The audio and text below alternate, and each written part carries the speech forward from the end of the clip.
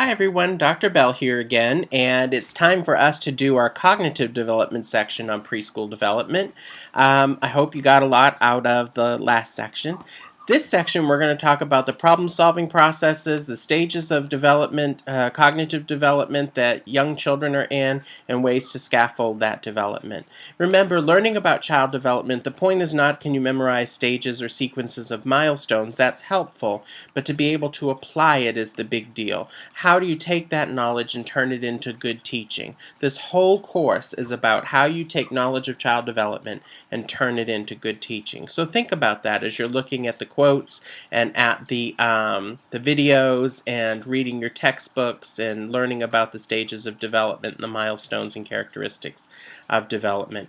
Young children are very literal thinkers, and so when you tell them to sit here for the present, they think you mean a gift.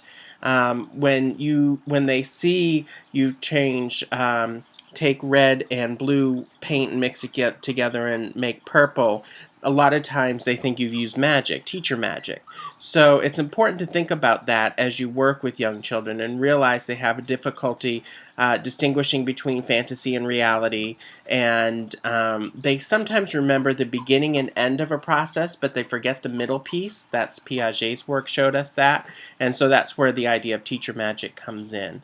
And there's a really good book by Robert Munsch, who played Herman Munster on the Munsters back in the 70s, and it's called Chocolate Mousse for Dinner, and it talks about the literal thinking of young children, and the illustrations kind of show what a child would be thinking if you use a certain phrase. So I challenge you to look that book up.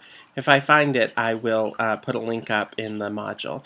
But I hope you learn a lot, and I hope you find the module helpful.